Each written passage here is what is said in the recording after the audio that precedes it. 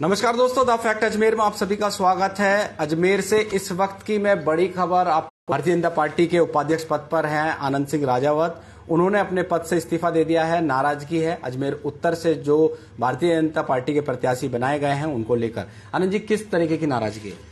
मेरी अकेले की नाराजगी नहीं है, सैकड़ों कार्यकर्ता जिन्होंने मुझसे भी व्यक्तिगत आकर कहा कि ये बहुत गलत टिकट वितरण हुआ और एक जीती हुई हमारे भारतीय जनता पार्टी की गढ़ है, वहाँ हम सीट बहुत विकट स्थिति में आ गए हैं और कार्यकर्ताओं की अपेक्षा थी किसी नए चेहरे को मौका मिले।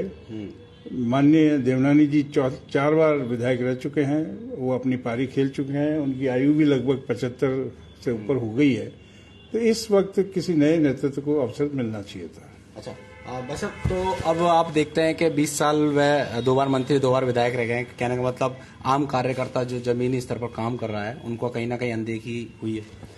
बिल्कुल सही बात है, ये मैं ही नहीं कह रहा हूँ, ये शहर में आप कहीं भी जाइए, किसी से भी पूछ लीजिए, सब तरफ से एक ही आवाज है कि क्या एक ही चेहरा है क्या। तो ये जो आवेश, जो लोगों को में निराशा है भारतीय जनता पार्टी के चेहरे के प्रति, वो एक हमारा यहाँ बहुत मजबूत आधार रहा है। 4 बार दोनों विधायक जीते हैं, 5 बार हमारा निगम में बोर्ड रहा है, जिला प्रमुख, जिला अपने MP वगैरह सब हमारे ही आते हैं। लेकिन इस बार ये पता नहीं ऐसा क्यों निर्णय किया गया है, उसका मुझे लगता है बहुत हमें खामियाजा भुगतना पड़ेगा। अच्छा, तो कहने का मतलब अब आप भारतीय जनता पार्टी को मत तो करोगे मगर प्रचार प्रसार नहीं करोगे? मैं कम से कम इस 25 तारीख तक मैं बहुत ज्यादा सक्रिय नहीं रह पाऊंगा, क्योंकि मैं एक साधारण कार्यकर्ता रहूंगा भारतीय जनता पार्टी का। मेरे जैसे लाखों करोड़ों लोग हैं, जैसे वो स्वतंत्रक है भारतीय जनता पार्टी के, वो मैं भी हूं। और मैं तन मन धन से माननीय मोदी जी को एक बार पुनः 2024 में यहाँ से बहुत जितना मैं प्रयास कर सकता हूँ मैं करूँगा, हम सभी करेंगे। लेकिन वर्तमान में जो परिस्थितियाँ बनी है वो मुझे लगता है बहुत दुखद है। अच्छा, ये तो रही बात अजमेर उत्तर की। दक्षिण में क्या रहने वाला है आपकी तरफ से? मुझे लगता है दक्षिण में भी बहुत कांटे की टक्कर है, लेकिन वहाँ तो इतना विरोध मुझे नहीं लगता है और कोई निर्दलीय भी नहीं है वहाँ, तो सीधी टक्कर है। मुझे लगता है वो सीट हम जीतेंगे।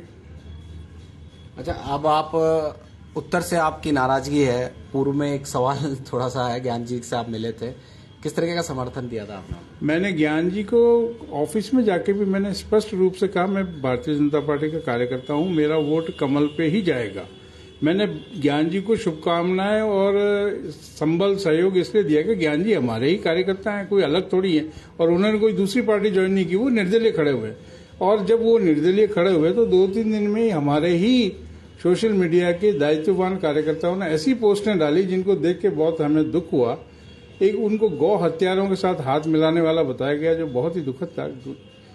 गौ सेवा करने वाले ज्ञान जी के ऊपर ऐसे आक्षेप लगाना, वो भी ज्ञान जी एक निर्दलीय चुनाव लड़ रहे हैं। आपकी टक्कर कांग्रेस से है या ज्ञान जी से? जी। तो मेरे को तो दुख ये हुआ कि उन्होंने पूरा फोकस ही ज्ञान जी पे कर रखा है। वो स्वतः ही ये मान के चल रहे हैं कि हम ज्ञान जी से भी कमजोर हैं, तो फिर चुनाव में कांग्रेस को कैसे हम हराएंगे। तो मेरी सिर्फ ज्ञान जी को मानसिक रूप से एक भावनात्मक मैंने समर्थन दिया। ऐसे कोई मैंने स्पष्ट कहा कि मैं तो भारतीय जनता पार्टी का कार्यकर्ता था, हूं और रहूंगा। अच्छा, ज्ञान जी, वैसे अब ये बताएं, आप जिस तरीके से आपने ये ज्ञापन तो सौंप दिया है पहले दर्शकों को, जो माफ कीजिएगा, इस्तीफा दिया है। थोड़ी सी नेटवर्क की प्रॉब्लम थी तो इसलिए थोड़ा सा कंफ्यूज हो रहा हूं मैं बोलने में भी। जो इस्तीफा है वह मैं आपको दर्शकों को सुना दूं। श्रीमान रमेश सोनी जी, जिलाध्यक्ष भारतीय जनता पार्टी शहर जिला अजमेर महोदय, निवेदन है कि मैं आनंद सिंह राजावत वर्तमान में भाजपा शहर उपाध्यक्ष के नाते नियुक्त हूं। मैं अपने पद से इस्तीफा दे रहा हूं। कृपया मुझे आज से ही इस पद से मुक्त समझा जावे। मेरा त्याग पत्र तुरंत प्रभाव से स्वीकार करें। धन्यवाद, आनंद सिंह राजावत। और मोबाइल नंबर। तो ये थे आनंद सिंह राजावत जी, शहर अजमेर शहर भारतीय जनता पार्टी के कद्दावर नेता और उपाध्यक्ष। अब राजावत जी, अब ये जो आज की जो परिस्थितियां चल रही है, जर्नल अपन बात कर लेते हैं अजमेर उत्तर की। जो त्रिकोणीय मुकाबला देखा जा रहा है, आप वरिष्ठ नेता हैं, हर आपने चुनाव काफी करे होंगे, कई विधायक बनाए होंगे, कई मंत्री बनाए होंगे, तो इधर उत्तर में किस तरीके से देखते हैं आप भारतीय जनता पार्टी के पदाधिकारी होने के नाते? तो अब आप आज से आपने इस्तीफा दे दिया, तो एक आम कार्य आप आदमी रहे होंगे, दोनों तीनों तरीके से बताएं किस तरीके से ज्ञान जी टक्कर देंगे कांग्रेस बीजेपी को। देखिए ज्ञान जी, मैं तो चूंकि भारतीय जनता पार्टी का ही सदस्य हूं, तो मेरी शुभकामना, मैं चाहूंगा यहां से हमारी पार्टी सीट जीते। लेकिन स्थिति ये है कि जो जितना विरोध वर्तमान उम्मीदवार का और हमारे विधायक साहब का है, वो किसी से छुपा हुआ नहीं है। और उसको जिंदी मक्खी निकलना हो तो अलग बात है, वरना स्पष्ट दिख रहा है। मुझे लगता है कांग्रेस तो इस दौड़ में कहीं नहीं है, मुख्य टक्कर ज्ञान जी से रहने वाली है। और जनता किसके पक्ष में फैसला करेगी, वो उसका परिणाम तो 3 दिसंबर को आएगा, 25 को मतदान है। मेरी शुभकामनाएं तो ज्ञान जी के साथ भी है, देवनानी जी के साथ भी है, और मैं तो महेंद्र सिंह जी से भी मेरे व्यक्तिगत संपर्क है, मैं तो उनको भी शुभकामनाएं देता हूं। चुनाव में सबको ही शुभकामनाएं देनी चाहिए, मेरी तो यही है। आनंद सिंह जी, एक बात बताएं, जो सुरेंद्र सिंह उर्फ लाला बना ने जो इस्तीफा दिया था, उससे किन लोगों को फायदा होगा? कांग्रेस को होगा, बीजेपी को होगा, या ज्ञान जी को होगा? क्योंकि कहीं ना कहीं वे राजपूत समाज से आते हैं, राजपूत समाज के वोट अगर लाला बना चुनाव लड़ते तो डेफिनेटली उनको पड़ते। अब वो राजपूत समाज के कांग्रेस के कैंडिडेट है, तो ऐसे में क्या सोचते हैं, क्या देखते हैं? मैं ऐसा नहीं मानता कि बहुत ही प्रत्येक जाति कोई इतनी जातिवाद शहर में, तो मुझे नहीं लगता इतना कोई जातिवाद है जी। कोई एक जाति किसी कैंडिडेट को चुनाव जिता सकती, मेरा ऐसा मानना नहीं है। लाला बना ने तो निर्दलीय खड़े हुए थे, वो उनके बैठने से तो मैं सोचता हूँ भाजपा को ही लाभ होगा। उसमें वो किसके वोट काट रहे थे? जब तक वोट पड़े ही नहीं, अब कयास लगाने को तो हम कुछ भी लगा सकते हैं जी। लेकिन अगर लाला बना खड़े रहते हैं तो कहीं ना कहीं भाजपा का ही नुकसान होता है, तो उसका उनके बैठने से फायदा भी भाजपा को ही मिलेगा। और 4 अल्पसंख्यक जो कैंडिडेट चुनाव लड़ रहे थे वो बैठे हैं, तो उनको किस रूप में देखते हैं? वो मैं जरूर, इस बार ये गंभीर प्रश्न है। पिछली बार एक निर्दलीय अल्पसंख्यक के बंधु खड़े हुए थे, शायद उनको 2800-2900 वोट मिले भी थे, तो वो हमारे लिए एक चिंता का कारण है लगभग। और इसके अतिरिक्त एक वहां से भी सरपंच लाल सिंह जी भी खड़े हुए हैं। तो वो जो उधर के 3-4 गांवों के जो वोट परंपरागत भाजपा में पड़ते हैं, लगता है वहां भी थोड़ा नुकसान होने का अंदेशा है।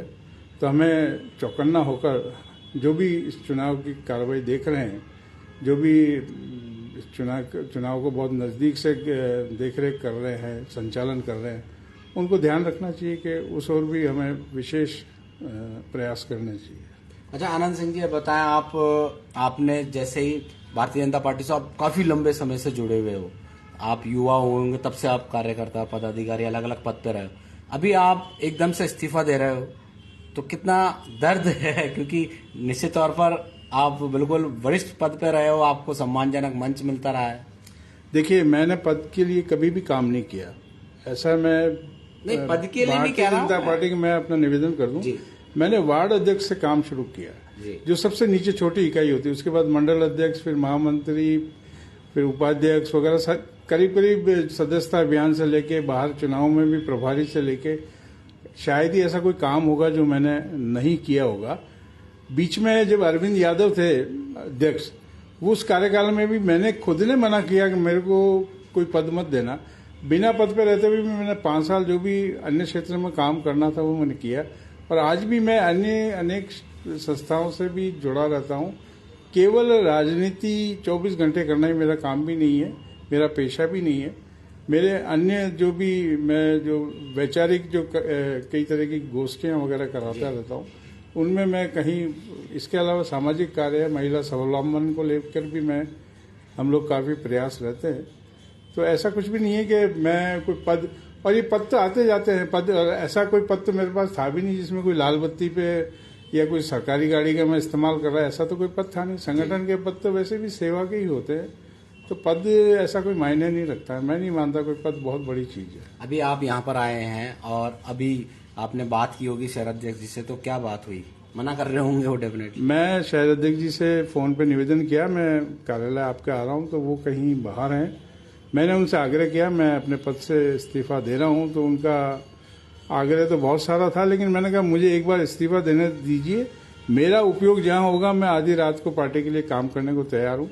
लेकिन मैं वर्तमान स्थिति में पद पे रहकर मुझे खुद को भी अच्छा नहीं लगता है कि मैं किसी प्रत्याशी का समर्थक नहीं हूँ और पद भी नहीं छोड़ूं, तो ये मुझे अच्छा नहीं लगा, इसलिए मैंने पद छोड़ना उचित समझा। बहुत बहुत धन्यवाद। तो ये थे अजमेर शहर भारतीय जनता पार्टी के पूर्व उपाध्यक्ष आनंद सिंह राजावत। बहुत कम नेता होते हैं जो इस तरीके से खुलेआम अपने पद से इस्तीफा देते हैं और जो स्थानीय कैंडिडेट है उनसे नाराज होकर उनके पद यानी कि जो आला कमान ने जो उनको टिकट दिया है उस बात से नाराज होकर बिल्कुल सामने आकर इस तरीके से खिलाफत और बयानबाजी करते हैं।